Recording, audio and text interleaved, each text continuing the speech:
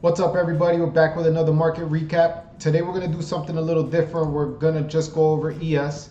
We didn't take any trades today because today was FOMC. So I want to go over what that means, where to look up FOMC news, and how to figure out the data that came out. And then we'll get into a little bit what does it mean and what's Powell's plans on FOMC for the future. Sorry. All right, so we could go over one of my trading strategies, one of my favorite trading strategies that I like to take. Didn't take the trade today because the market's usually super volatile. As you can see here, the market didn't really do anything drastic today, but it's better to sit on the sidelines than to put money on the risk on certain moves that, let me try to pull up a move. There's certain moves sometimes when FOMC comes out that just completely destroy accounts. So it'll be like whiplashes like this. Like it could be a super downtrend, right? And then you get into certain situations where the market just completely reverses out of nowhere. And if you don't have the right capital, this will completely destroy your account. Like picture this, you're in these downtrends, right? Or you take like a position here on the break of the lows, and then you get some type of news that comes out and just completely destroys your account and goes the opposite direction. So what we did, we sat out today. Oops, let's put that up here. So I want to go over one of my favorite trading strategies and how we could have took it today, even though I didn't take the trade. See how it could have played out. So the trade that I like to take is wait for the first 15 minutes of the market to open, because a lot of times the market could whipsaw. So let's say if the market's trending nice like this, right? Uptrend, uptrend, uptrend, uptrend. Market opens. It could literally do this. Market open, boom, boom, boom, boom, boom, boom, and then continue the uptrend. So everybody who was in these positions for the longs gets stopped out, wicked out, came back up. People who trade the break of the high get stopped out again, breaks the low. People who trade break of the low will get stopped out again, and then the market continues to trend beautifully. So a lot of times on market open, you get super volatile whipsaws like that. It's kind of what you see here. But one of my favorite trades to take is, it's called the break of high. So I'll put this orb up, or you just mark off your high and your low of the first 15-minute candle and wait for the market to break above either higher to the low, and then you just continue with the trend. So this is the low, this is 940, this is the high, this is at 930. So between 930 and 945, you're waiting for the high and the low. Once that's marked off, you wait for the market to break above. You could trade it the breakout as soon as it starts breaking up and just ride the momentum. So if we put one of our 2.5 1Rs up there, we could see, oh, I'm sorry, what it would have looked like if we would have took the trade. This is what I like to do on days that I don't trade. I still go back to the computer and back test to see how we could get better, how we could have caught positions or caught entries, or just like people who play sports, right? People who play sports, when they're not playing the sport, they still go practice. It's basically the same thing, all right? Professional football players still go to practice. Professional baseball players still go to batting cages and they still bat even on their day off, their off season. So you treat the market the same. You want to treat it as an actual business, not like a casino or a game. So that's why I like to do stuff like that. And I'll go back and just refine my strategy, take a bunch of notes. I got a whole bunch of different notebooks and just go over different stuff that you find, because the market's always changing too. So you gotta be liquid. You gotta be versatile. You got to have different strategies for different types of plays. Sometimes the market will be in conditions and it'll be like this for a couple of weeks where it'll be uptrending, uptrending, uptrending. Let's say the market's about to open, it'll come down with previous lows and then just continue the trend beautifully every time.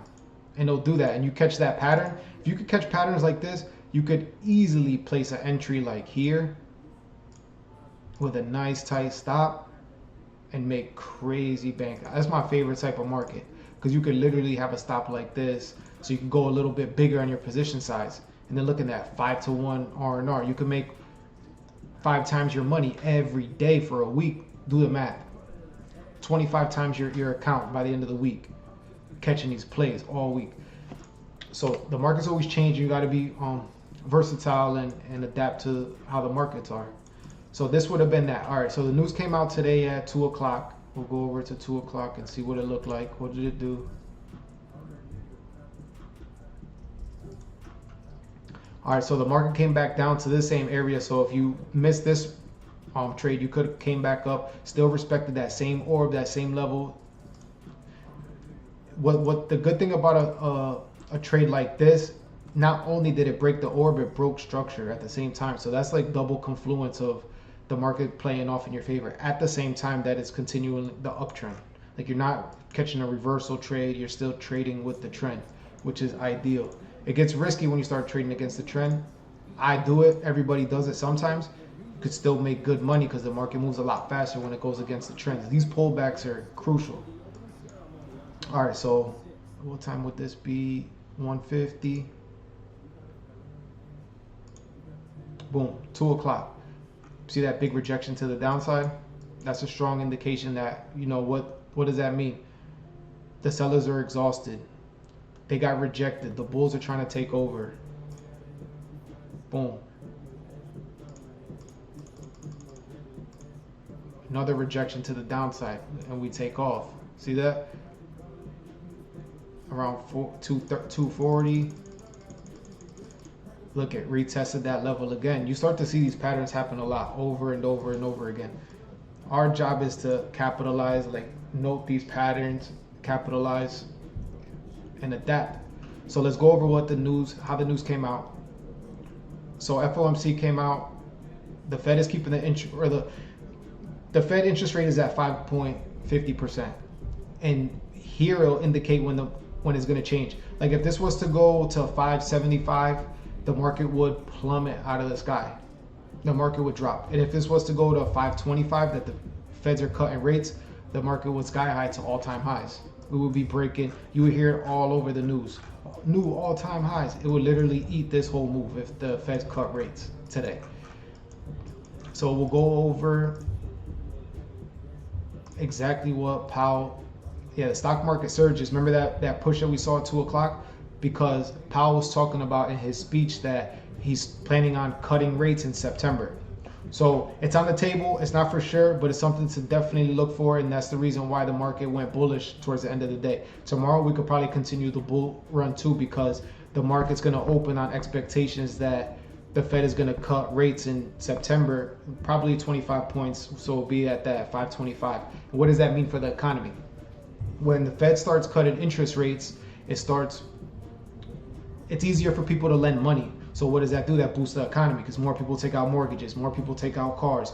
Big banks and businesses are easier for them to apply for loans from government loans or other big institutions because the interest rate is lower, so they're getting a better return on their money. So when the Fed cuts the interest rates, it's a surge for the stock market. Now, vice versa, if the Fed starts raising interest rates, or if Powell comes in September and says, you know what, the economy it's too hot, we're gonna have to pause our rates or start to raise interest rates again, the market's going to plummet. But right now, from what they're saying, is the stock market's surging because Powell is planning on cutting rates in September. So with that in mind, for tomorrow, we can start to plan our trade for tomorrow, knowing that Powell's planning on cutting interest rates. It means more money starting to flow back into the market. And at the same time, don't want to get political or anything like that, but the Trump is looking strong in the polls, and if Trump wins, the market will rally. Whether you like it or not, people like him or not, what he does is good for the economy, and that we will continue the bull trend. So tomorrow we could plan for some type of pullback to what areas? Let's see. Look at that rally. Ideally would be here, that'd be dope, but I think we already passed that. We have, look at this level, multiple support and resistance level. If we could come back to this level for tomorrow morning, man, listen, we're gonna go in heavy on this position right here, because this is a nice level, psychological level. We could chase these levels here. We'll target these levels here. So hopefully we'll get a pullback before it reaches this level, and continue the buys up. See how the daily candle closed. Oh yeah, the market already wicked up. So what we could anticipate for is a pullback down for sure to create that bottom wick, and we'll try to catch that momentum on the upside. But you see this gap right here? That means when the market opened back up at 6 o'clock, the market already gapped up. The market's already showing signs of bulls. The strength is already in the market.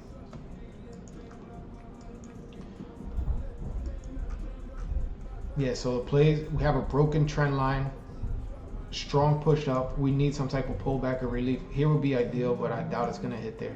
We'll see tomorrow though. Yeah, I think this support area here would be ideal. Sometime today to tomorrow, and then we'll go up from there. If we could get it here, even better. But we have a break of the trend line, break of structure. The news that's coming out. There's a lot of factors coming in that we're gonna continue to go up for tomorrow. All right, everybody. We'll check back in tomorrow and see how it ended up playing out. And good luck trading, everybody. See you tomorrow.